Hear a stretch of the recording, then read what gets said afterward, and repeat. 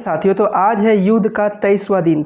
आज तारीख है 22 मार्च 2026। 28 फरवरी के दिन से इजराइल, अमेरिका और वर्सेस ईरान, इन तीनों के बीच युद्ध शुरू हुआ, जो अब तक 23वां दिन तक चलता हुआ आ रहा है। आज हम लोग रात भर तक के अपडेट जानेंगे कि आखिर ईरान ने इजराइल के ऊपर क्या हमला किया, इजराइल ने ईरान के ऊपर क्या हमला किया, अमेरिका ने क्या किस बात की चेतावनी दी ईरान को। तो साथियों, बने रहे हमारे वीडियो के साथ। आपको अगर हमारा वीडियो अच्छा लगता है तो आप हमारे चैनल को अवश्य सब्सक्राइब करें। तो पहला खबर है, अमेरिका का ईरान को 48 घंटे का अल्टीमेटम दिया गया है। आखिर किस बात को लेकर ईरान के ऊपर अमेरिका ने क्या कहते हैं कि एक प्रकार से चेतावनी दी है 48 घंटे के लिए। क्या है पूरा मामला, इस मामले को समझते हैं। अमेरिका के राष्ट्रपति डोनाल्ड ट्रंप ने 48 घंटे का अल्टीमेटम दिया है कि हॉर्मुज का जो रास्ता है उनको तुरंत खोल दिया जाओ। जितनी भी क्या कहते हैं कि तेल का जो टैंकर जाता है, तेल के जो जहाज़ जाते हैं, इन्हें आवाजाही जाने के लिए परमिशन दे दिया जाए। यानी कि जिस प्रकार से युद्ध से पहले स्ट्रेट ऑफ हॉर्मुज चालू था, बिल्कुल ऐसे ही किया जाए। किसको बोला है? ईरान को। यानी कि अगर आप ये रास्ता नहीं खोलते हो तो 48 घंटे के बाद बहुत ही ज़्यादा यहाँ एक प्रकार से बहुत ही बड़ा हमला किया जाएगा स्ट्रेट ऑफ हॉर्मुज के अंदर में। अब साथियों, स्ट्रेट ऑफ हॉर्मुज ये ईरान का एक प्रकार से क्या कहते हैं कि जिस प्रकार से अमेरिका ने ईरान के ऊपर हमला किया है, तो ईरान ने अपना मौका देखकर स्ट्रेट ऑफ हॉर्मुज को निशाना बनाया है। अमेरिका से सपोर्टर देश जितना भी देश है, उसके जहाज़ अगर जाए तो उन पर हमला करते हैं, उन्हें जाने के लिए नहीं देते हैं। यानी कि ये रास्ता को बंद रखते हैं। कुछ देश ऐसे हैं जिनका परमिशन दिया जाता है, जैसे चाइना, रूस, भारत भी है इसमें शामिल, जो ये स्ट्रेट ऑफ हॉर्मुज से आवाजाही कर सकता है आसानी से बगैर। उन्होंने कहा कि ये रास्ता सिर्फ अमेरिका और अमेरिका के दोस्त के लिए बंद है। यानी कि अमेरिका का दोस्त ईरान का दुश्मन, ये उनका एक प्रकार से कहने का ये तरीका है। अब ये अमेरिका ने धमकी दी है क्या, अगर ईरान स्ट्रेट ऑफ हॉर्मुज को 48 घंटे के अंदर नहीं खोलता है तो हम उनके पावर प्लांट पे, यानी कि ईरान के पावर प्लांट, यानी कि जहाँ से बिजली का उत्पादन होता है, जहाँ बिजली बनके ईरान के अंदर तैयारी होती है और ईरान को लाइन सप्लाई करती है, यानी बिजली सप्लाई करते हैं, उन पर यह हमला कर सकता है। कौन? अमेरिका। अगर 48 घंटे के अंदर यह युद्ध स्ट्रेट ऑफ हॉर्मुज अगर बंद नहीं किया जाए तो शुरुआत में बुशहर न्यूक्लियर पावर प्लांट जैसे प्लांट पर बड़ा हो सकती है। ट्रंप ने साफ कहा, ईरान की ऊर्जा व्यवस्था ख़त्म कर देंगे, यानी देश की बिजली सिस्टम को ठप कर देंगे अगर 48 घंटे के अंदर यह स्ट्रेट ऑफ हॉर्मुज का अगर रास्ता नहीं खुला तो। किसका कहना था? ये एक प्रकार से डोनाल्ड ट्रंप का, अमेरिका के राष्ट्रपति का कहना है। अगर मान लो अगर ईरान नहीं माना तो अब आगे क्या होगा? अमेरिका सीधे एयर स्ट्राइक करेगा, यानी कि अमेरिका सीधे एयर स्ट्राइक करेगा। ईरान के बिजली, तेल और सैन्य ठिकानों को निशाना बनाया जाएगा। इसके बाद ईरानी जवाबी हमला करेगा।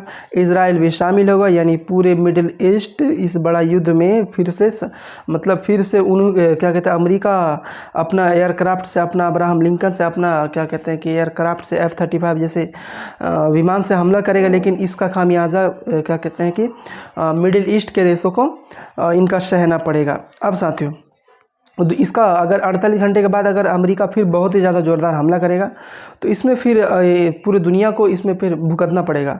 अब साथियों, दूसरी खबर क्या आते हैं? दूसरी खबर को आते हैं, ईरान का बड़ा हमला, पहली बार लंबी दूरी की मिसाइल। इस खबर देखिए, ईरान का जो है सबसे बड़ा हमला, यानी कि ईरान जो अब से लेकर 23वां दिन से 22वां दिन तक ईरान अब तक क्या कहते हैं कम रेंज की, यानी कि कुवैत, कतर, बहरीन, जॉर्डन, इन सब जो 1000 किलोमीटर, 500 किलोमीटर, 700 किलोमीटर ईरान से जो दूर है, इनको पर ये हमला कर रहे थे।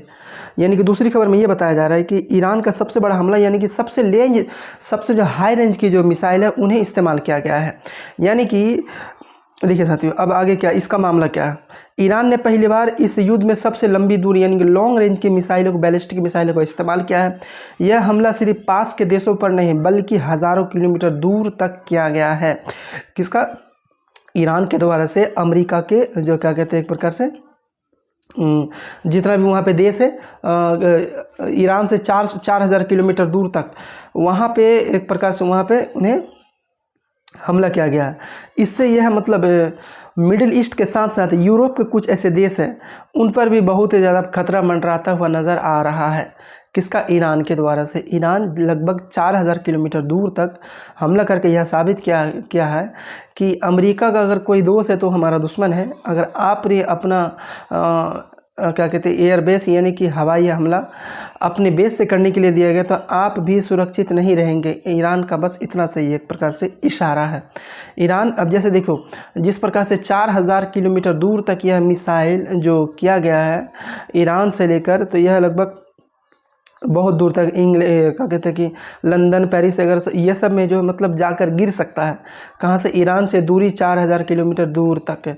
अब साथियों इसका बस आगे समझते हैं। यह बेस ईरान से लगभग 2500 से लेकर 4000 किलोमीटर दूर तक है। ईरान ने अमेरिका, ब्रिटेन के सैन्य बेस यानी कि डियागो गार्सिया पर इसका निशाना बनाया है, जो ईरान से लगभग 2500 से लेकर 4000 किलोमीटर दूर तक है डियागो गार्सिया के अंदर से।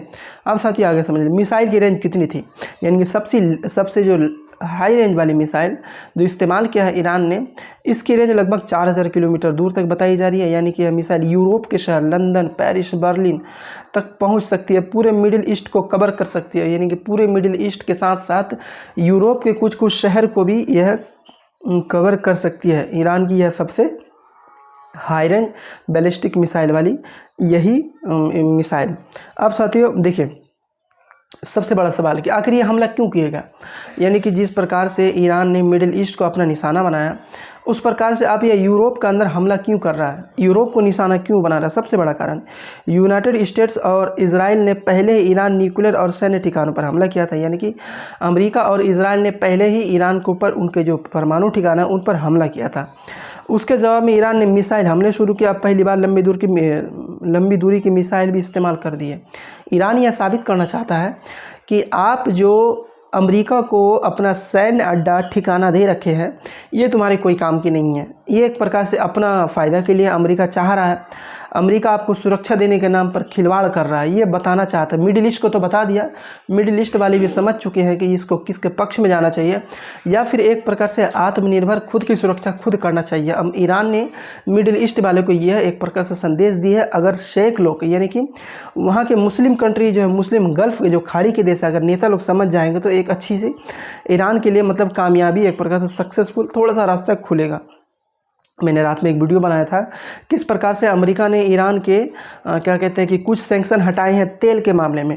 उसी प्रकार से अगर ये क्या कहते हैं कि मिडिल ईस्ट वाले अगर समझ जाएं कि ये अमेरिका एक प्रकार से हमारे साथ खिलवाड़ कर रहा है, तो उसी प्रकार से यूरोप वालों को भी समझ में आना चाहिए। जिस प्रकार से ईरान अपना यह चाल चलकर ईरान ने एक प्रकार से बता दिया यूरोप वाले को भी। अब साथियों इसका दुनिया भर में क्या असर पड़ेगा? मिडिल ईस्ट में युद्ध और बढ़ सकता है, अमेरिका सीधे जवाबी हमला कर सकता है, तेल के दाम और बढ़ सकते हैं, कई देश अलर्ट पर हैं। किसका?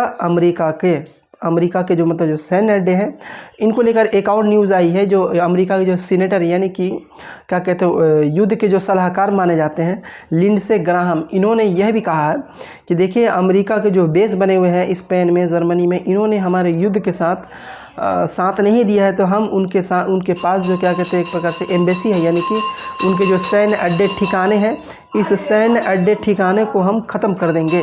यानी कि वहाँ से आप अपने सैन्य अड्डे को वहाँ से उठा कर लाए, वहाँ पे आपका कोई काम नहीं है। अमेरिका के राष्ट्रपति को सीनेटर यानी कि वहाँ के सलाहकार ने, लिंडसे ग्राहम ने ये उनको मतलब चेतावनी दी है, या फिर उन्हें कहा है। यानी कि यूरोप में कुछ ऐसे मतलब बेसिस है, उनको एक प्रकार से कहा गया है। साथियों बढ़ते हैं तीसरी खबर की ओर। ईरान में हिंद महासागर में स्थित डियागो गार्सिया बेस पर मिसाइल दागी। यानी कि ईरान ने पहली बार हिंद महासागर के स्थित डियागो गार्सिया पर मिसाइल दागी है। इस खबर को थोड़ा सा और विस्तार से हम लोग जान लेते हैं, आखिर इनका मामला क्या है। साथियों ईरान ने हिंद महासागर में स्थित एक बड़े सैन्य बेस डियागो गार्सिया को निशाना बनाकर मिसाइल दागी है। यह बेस अमेरिका और यानी कि यूके का संयुक्त जॉइंट सैन्य अड्डा है। यानी कि अमेरिका और यूके का एक प्रकार से जो अमेरिका का जो सैन्य अड्डा है यूके से जुड़ा हुआ है सैन्य अड्डा है। इस रिपोर्ट के अनुसार से ईरान ने 2 बैलिस्टिक मिसाइल दागी है। यानी कि रिपोर्ट के अनुसार से ईरान ने इस मतलब ये क्या कहते हैं कि जो डियागो गार्सिया के ऊपर 2 बैलिस्टिक मिसाइलें दागी है, लेकिन यह लक्ष्य पर नहीं गई है। यह कोई भी मिसाइल सीधे बेस पर नहीं पहुंची। एक मिसाइल रास्ते में फेल हो गई थी, दूसरी की अमेरिका डिफेंस सिस्टम ने इंटरसेप्ट यानी कि गिराकर उसे ख़त्म कर दिया।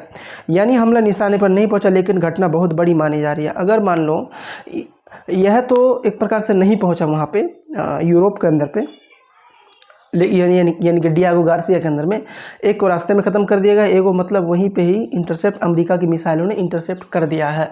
किसको?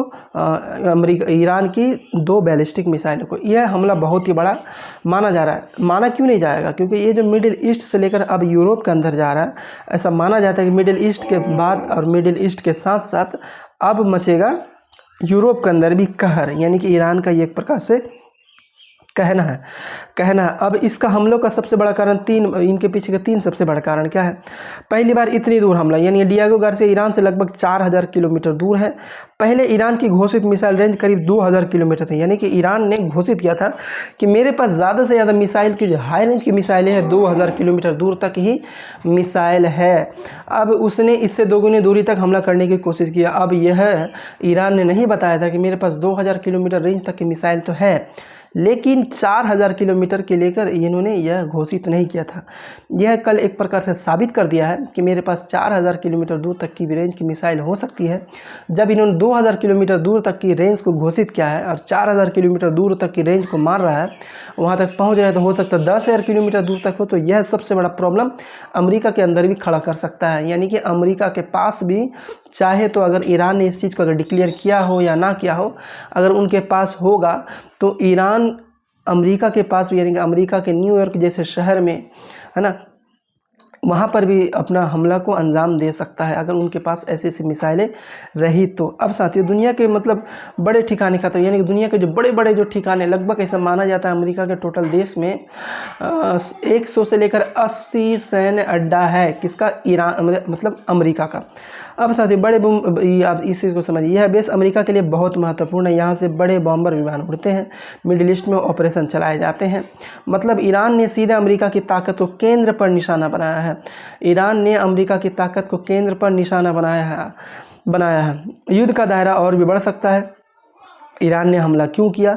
अमेरिका और इजराइल ने पहले ईरान के ठिकानों पर हमला किया था। ब्रिटेन ने अपने बेस जैसे डियागो गार्सिया से अमेरिका की मदद की, यानी कि ब्रिटेन ने अपने बेस से अमेरिका से मदद की। इसके जवाब में ईरान ने इस बेस को निशाना बनाया है। पहले ही ईरान ने कहा था कोई से भी देश के बेस से अगर मेरे ऊपर हमला आएगा, हम उसको टिट फॉर टेट, यानी कि वहीं से ही जवाब देंगे। लेकिन इन्होंने ये नहीं कहा था कि मेरे पास इतने रेंज का हाई रेंज के मिसाइलें हैं। तो साथियों, इन्होंने 4000 किलोमीटर दूर तक की मिसाइलों को बताकर यह साबित किया है कि मेरे पास ऐसी ऐसी मिसाइलें हैं जो आप समझ भी नहीं पाइएगा और सोच भी नहीं पाइएगा। साथियों, अब आगे समझते, इसके दूसरी खबर की ओर बढ़ते हैं। इजराइल के न्यूक्लियर एरिया के पास हमला। देखिए साथियों, यही सबसे बड़ा एक न्यूज़ है जो इस न्यूज़ के अंदर कवर करने वाले हैं। इजराइल के न्यूक्लियर एरिया के पास हमला, यानी कि इस चीज़ को समझ लीजिए, डिमोना, यानी कि इजराइल का एक प्रकार से डिमोना एक जगह है, डिमोना वहाँ के प्लांट है। देखिए, ईरान ने इजराइल के दक्षिणी हिस्से में मिसाइल हमला किया है। यह हमला डिमोना शहर के आसपास हुआ, जहाँ इजराइल का सबसे अहम न्यूक्लियर सुरक्षित यानी रिसर्च सेंटर, यानी कि नेगेव न्यूक्लियर रिसर्च सेंटर माना जाता है। यानी कि इजराइल के अंदर ये जो न्यूक्लियर क्या कहते हैं कि न्यूक्लियर रिसर्च सेंटर है, वहाँ पे ईरान ने हमला किया है। कल जिस प्रकार से इजराइल ने ईरान के नतांज शहर पर हमला किया था, जिसको लेकर रूस ने एक प्रकार से उनको पर क्या कहते हैं कि अपना गुस्सा दायर किया था, उन्होंने जवाब दिया था अपना क्या कहते हैं ट्रूथ के माध्यम से, अपने सोशल मीडिया के माध्यम से। ये एक प्रकार से दादागिरी वाली हमला है, यह एक प्रकार से कायराना हमला है। यह हमला सही नहीं होता है। यह हमला कहीं भी आप न्यूक्लियर फैसिलिटी में अगर आप कीजिएगा, वहाँ पर न्यूक्लियर रेडिएशन का फैलने का खतरा है और लगभग बहुत सारे देश को इसके निशाने पर ला सकता है। यह कौन बोला? एक प्रकार से रूस ने इजराइल को इस बात को लेकर कहा। और अब आगे समझते हैं आखिर क्या हुआ था। नतांज का बदला ईरान ने डिमोना शहर से न्यूक्लियर पावर सेंटर प्लांट से इनका बदला नतांज में लिया गया है। नतांज का बदला डिमोना में लिया गया है। अब साथियों, अब आगे क्या होगा? अब आगे जवाबी कार्रवाई में फिर से इजराइल ईरान के ऊपर हमला करेगा, फिर से अमेरिका ईरान के ऊपर हमला करेगा। जवाबी में ईरान फिर क्या कहते हैं मिडिल ईस्ट के ऊपर हमला करेगा। यूरोप के देश तो हड़कंप में है, यूरोप के देश तो डरे हुए हैं। उस प्रकार फिर यूरोप के देश के ऊपर फिर हमला करेगा। जिस प्रकार से आप सुनते हुए आ रहे हैं कि मिडिल ईस्ट में किस प्रकार से उन्होंने हाहाकार मचाए हुए हैं, उस प्रकार से फिर से इजराइल के ऊपर, फिर से ईरान के ऊपर इजराइल हमला करेगा। फिर जवाबी हमले में ईरान उसका हमला पूरा करना शुरू करेगा। अब देखिए हमला कहाँ हुआ है, डिमोना न्यूक्लियर साइट के पास, यानी कि अरद एक प्रकार से नाम है इसराइल का, अरद शहर का नाम है। वहीं पे एक न्यूक्लियर सेंटर है इसराइल का, वहाँ पे ईरान ने जवाबी हमले में हमला किया है। दोनों शहर इसराइल के न्यूक्लियर प्रोग्राम से जुड़े क्षेत्र माने जाते हैं। देखिए डिमोना और अरद, ये दोनों शहर इसराइल के न्यूक्लियर प्रोग्राम से जुड़े माने जाते हैं।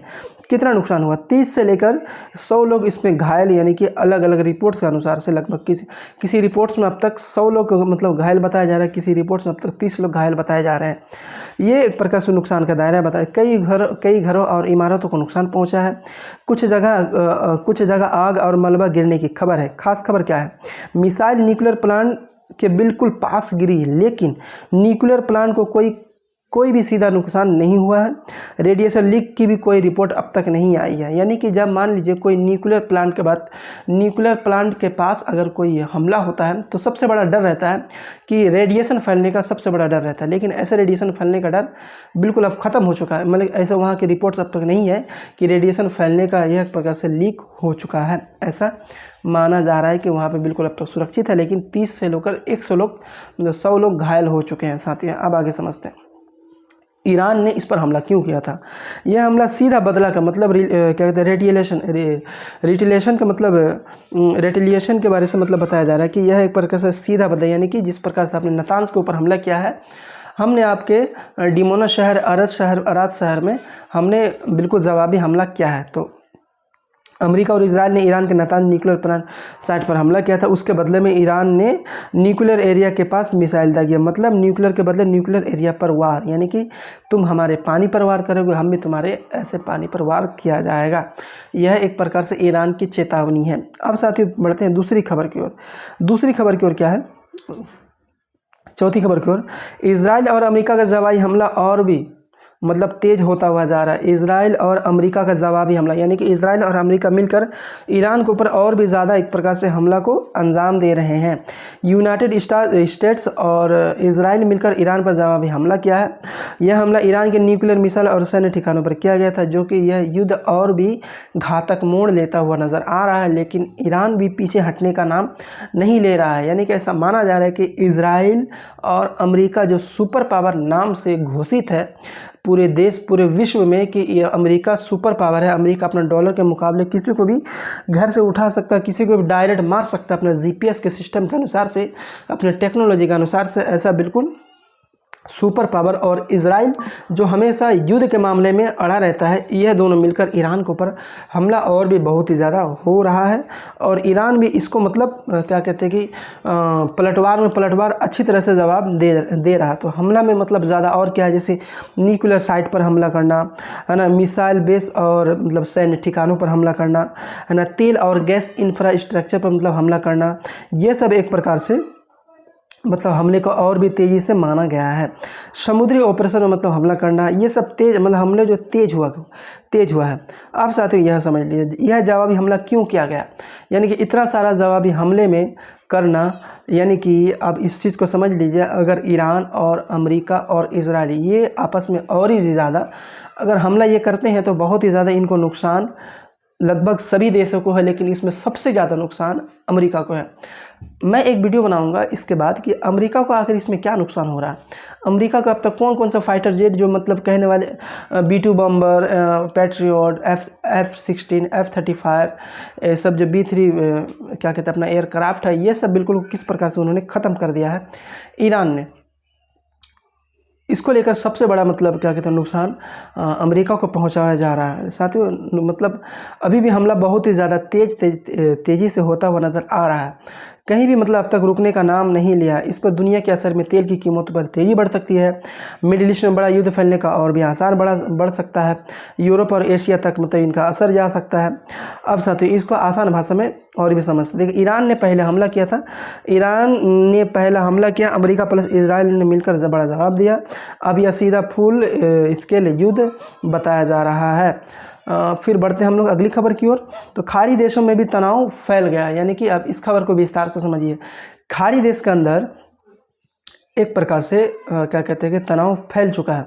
क्या तनाव है, खाड़ी देश में जैसे मुख्य देश जो होते हैं मतलब सऊदी अरबिया है ना, उसके बाद Dubai, Qatar, Kuwait, Bahrain, Oman, ये सब जो देश है यहाँ पर भी बहुत ही ज़्यादा अब तक क्या कहते हैं कि तनाव जो अपने आप को, जैसे दुबई जैसे देश, सऊदी अरब जैसे देश जो अपने आप को सेफेस्ट कंट्री बता रहे थे, और जो भारत के, बांग्लादेश के, नेपाल के, पाकिस्तान के, यहाँ के देश के लोग जो वहाँ पर ज़्यादा से ज़्यादा जाकर खटते हैं, कमाते हैं, मजदूरी करते हैं, वहाँ के एक प्रकार से सेफेस्ट कंट्री माने जाने वाले लोग वहाँ पे एक प्रकार सुरक्षित अपने आप को महसूस नहीं कर रहे हैं, जो सोशल मीडिया की तरफ से एक प्रकार से बताया जा रहा है। तनाव को अब तक बढ़ता हुआ नज़र आ रहा है, कोई भी कमने का नाम नहीं ले रहा है।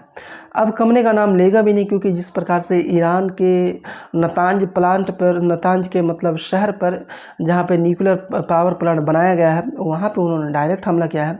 और इसी डायरेक्ट हमला करने के बावजूद ईरान ने भी इजराइल के ऊपर जवाबी हमले में रेटिलिएशन में मतलब उन्होंने हमला किया है कि तुमने मेरे जहाँ पर हमला किया, हम भी वहीं पे एक प्रकार से हमला किया है।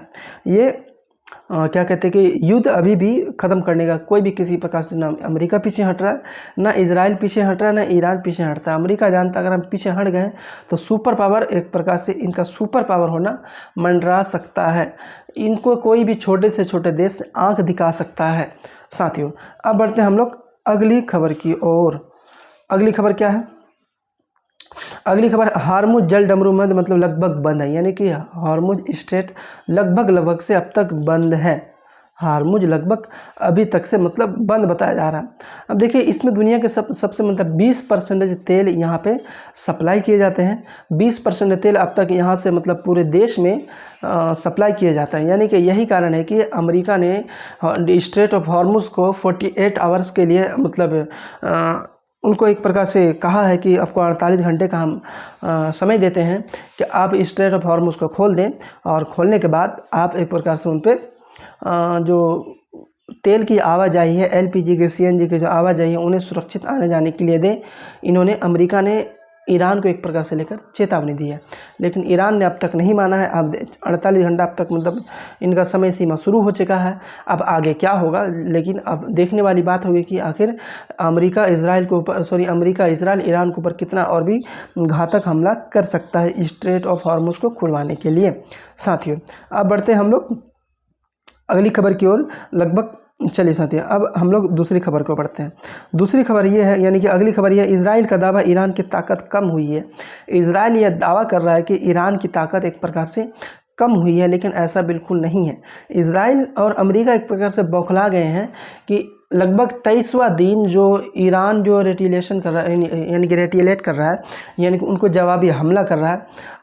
ऐसा अमेरिका भी नहीं सोचा था, इजराइल भी नहीं सोचा था। अब ये लोग सोच रहे हैं कि हम लोग कोई बहाना बनाकर, कोई झूठ बोलकर हम लोग यहाँ से निकले, लेकिन ऐसा कुछ भी नहीं है। इजराइल चाहे जितना जो कुछ भी कहे, लेकिन फिर भी अभी भी अमेरिका के जितने भी सैन्य अड्डे हैं, अमेरिका के जितने भी मतलब बेसेस हैं, अमेरिका को नुकसान पहुँचाते हुए अब तक भी ईरान जवाबी हमले कार्रवाई करने में नहीं चूक रहा है, और न किसी प्रकार से कोई अब तक किसी प्रकार से कोई भी एक प्रकार से हमला रोक रहा है। कौन? ईरान। किसके तरफ से? इजराइल और अमेरिका के नाक में दम कर रखा, लेकिन इजराइल का दावा, ईरान की ताकत बिल्कुल ख़त्म हो चुकी है। ऐसा बिल्कुल नहीं है। ईरान चाहे जैसा भी हो, लेकिन अब तक आपके ऊपर अगर आखिरी दम तक अगर हमला कर रहा है तो वही हमला माना जाएगा। यह ईरान को किसी भी प्रकार से, आप अगर कहते हैं कि ये एक प्रकार से क्या कहते हैं कि कमज़ोर पड़ गया, तो ये आपका कहना भूल होगा। ऐसा बिल्कुल गलत है इजराइल और अमेरिका का कहना कि यह बिल्कुल हमने ख़त्म कर दिया। अब साथियों, अब इसको थोड़ा सा और समझ लेते हैं। इजराइल ने फिर इसके मतलब लास्ट में फिर ईरान ने कहा कि आप अगर हमारे ऊपर हमला करोगे, हमारे प्लांट के ऊपर हमला करोगे, मतलब हमारे बिजली के ऊपर मतलब जो हमला करोगे, क्या कहते हैं, हम जिससे बिजली उत्पादन करके अपने ईरान को सप्लाई करते हैं, उनके ऊपर अगर आप हमला करोगे तो हम भी उनको ऊपर एक जवाबी हमला करेंगे जो आप कभी सोच भी नहीं सकते हैं। साथियों, जिस प्रकार से हम लोग को और पूरे देशवासियों को मालूम है कि खाड़ी के देश में लगभग देशों में गैस, तेल ये सब पाए जाते हैं। ऐसा पाए जाने के बाद उन लोग को मतलब पानी की किल्लत होती है, यानी कि पानी उन लोग को साफ़ पानी नहीं मिल पाता। दुबई में, कतर में, इजराइल को इन लोग को साफ़ पानी नहीं मिल पाता है, जिसके वजह से इन लोग पानी को रिफाइनरी कर नमक वाले, यानी कि सॉल्ट वाले पानी को नमक अलग कर रिफाइनरी किया जाता है, और वही मतलब गल्फ़ के देश लोग, खाड़ी के देश लोग इन्हें मतलब अपने इस्तेमाल में लाते हैं। जबकि ऐसा ईरान ने कहा है कि आप अगर हमारे न्यूक्लियर प्लांट पे फिर से हमला किया, अगर आपने हमारे बिजली उत्पादन संसाधन पर अगर फिर से हमला किया, तो हम आपके डिसेलिनेशन प्लांट यानी कि डिसेलिनेशन प्लांट पर हमला करेंगे। अब डिसेलिनेशन प्लांट क्या है? समुद्र के खारे पानी को मीठे पानी में यह बदलने वाला प्लांट है। यह कहाँ कहाँ में होता है, पहले इसको आसान भाषा में समझ लिए। डिसेलिनेशन प्लांट क्या होता है? समुद्र का पानी खारा होता है, जैसे कि आप सबको मालूम है कि अगर मान लीजिए यहाँ से अगर कोई सऊदी अरब पहले के ज़माने में जब हज में जाया करता था, प्लेन का निर्माण नहीं हुआ करता था, प्लेन की इतनी आवाजाही नहीं हुआ करती थी, तो लोग समुद्र के द्वारा से यानी कि जहाज़ के द्वारा से, पानी के जहाज़ के द्वारा से उन लोग महीना 1.5 महीना तक जाया करते थे। यानी कि आपको ऐसा माना जा रहा है कि समुद्र का, ऐसा माना कि समुद्र का पानी खारा होता ही है और समुद्र का पानी नमकीन होता है, जो पीने योग्य नहीं होता है। जो ज़्यादा से ज़्यादा इससे मतलब समुद्र के पानी को समुद्र के पानी को डायरेक्ट रिफाइनरी कर उन्हें मतलब पीने योग्य किया जाता है, जिसे डिसेलिनेशन क्या कहते हैं प्लांट भी कहा जाता है। इस प्रक्रिया को डिसेलिनेशन भी कहते हैं। यह कैसे काम करता है? समुद्र का पानी लिया जाता है, उसमें से नमक को अलग किया जाता है। यह आम तरीका यानी कि रिवर्स ऑस्मोसिस यानी कि RO, साफ पानी अलग कर लिया जाता है ना, पीने खेती और उद्योग में इस्तेमाल होता है। कहाँ इस्तेमाल होता है? सऊदी अरबिया में, है ना, यानी कि दुबई में, इज़राइल में, यानी कि सऊदी अरब में, दुबई में, इज़राइल में, ये सब में यह डिसेलिनेशन प्लांट मतलब इस्तेमाल किया जाता है। लेकिन ईरान भी एक प्रकार से अपना हमला को अंजाम देने वाला है कि अगर आपने मेरे क्या कहते हैं बिजली बनाने वाले जगह को, बिजली घर को आपने अगर पावर प्लांट पे हमला किया, तो हम उसके बदले में डिसेलिनेशन प्लांट पर हमला करेंगे, जो आप सोच भी नहीं सकते। आपके इज़राइल पानी पीता है, आपका सऊदीया पानी पीता है, आपका पपेट जो दुबई जो पानी पीता है, हम वहाँ पे एक प्रकार से हमला करेंगे जो आपको हमला करने के लिए रोकेंगे। डिसेलिनेशन जिस प्रकार से आप, और हम इस बात को मानते भी हैं, जिस प्रकार से ईरान ने क्या कहते हैं कि डिमोना शहर इज़राइल के वहाँ पे हमला रिटेलिएट किया है, उसी प्रकार से यह भी हो सकता है कि डिसेलिनेशन प्लांट पे भी यह हमला ईरान कर सकता है। ईरान ने अब तक बताया नहीं कि उनके पास 4000 किलोमीटर दूर तक उनके पास क्या कहते हैं हाई रेंज की मिसाइलें हैं। इन्होंने यूरोप तक दाग कर यह बता दिया कि मेरे पास और भी इससे भी खतरनाक मिसाइल हो सकते हैं। अब देखिए, अब ऐसा बताया जा रहा है कि अगर यह हमला होता है तो लोग बहुत ही ज़्यादा संकट पे, इज़राइल के लोग, खाड़ी के देश, इन लोग डिसेलिनेशन प्लांट से मतलब एक प्रकार से कहा जाता है कि मतलब ग्रस्त हो जाएंगे, पानी पीने की किल्लत होगी। जो कि ऐसा माना जा रहा है कि अगर ईरान इस चीज़ को अपना कामयाब होता है तो फिर यह युद्ध के आसार और भी बढ़ सकते हैं। लेकिन ईरान अब तक पीछे हटने का नाम नहीं ले रहा है। साथियों, अब जिस प्रकार से यह समझ में आ रहा है कि ईरान ने जिस प्रकार से हमला किया है, जवाबी हमला किया है, और जवाबी हमले करने के बाद ईरान अभी भी कमर तोड़ अमेरिका और इज़राइल का जो कमर तोड़ रहा है, यह बिल्कुल आश्चर्यचकित वाली बात है। अब तक इज़राइल और अमेरिका को ऐसा हमला करने वाला देश अब तक नहीं मिला होगा, क्योंकि अगर अमेरिका इसके पास अगर क्या कहते हैं अपनी सेना उतारता है तो यह युद्ध और भी लंबा खींच सकता है। क्योंकि अमेरिका का यह कहना है कि पहले हम अपने दुश्मनों को युद्ध में लाएंगे, उसके बाद युद्ध को लंबा खींचेंगे, खर्चीला बनाएंगे, फिर आप क्या कहते हैं सेना उतारोगे, ज़मीनी कब्ज़ा करोगे, तो फिर हम क्या करेंगे कि ऐसा तरीके से युद्ध में लंबा खींचेगा, आप थक जाओगे। और थकते थकते जिस प्रकार से आपने अफ़गानिस्तान से, वियतनाम से आपने अपने सैन्य अड्डे हटाए, वहाँ से बोरिया बिस्तर बांध के भागे, बिल्कुल यहाँ से भी आपको भी भागना पड़ेगा।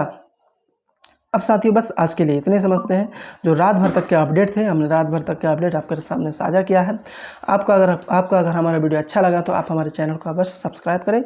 जय हिंद, जय भारत।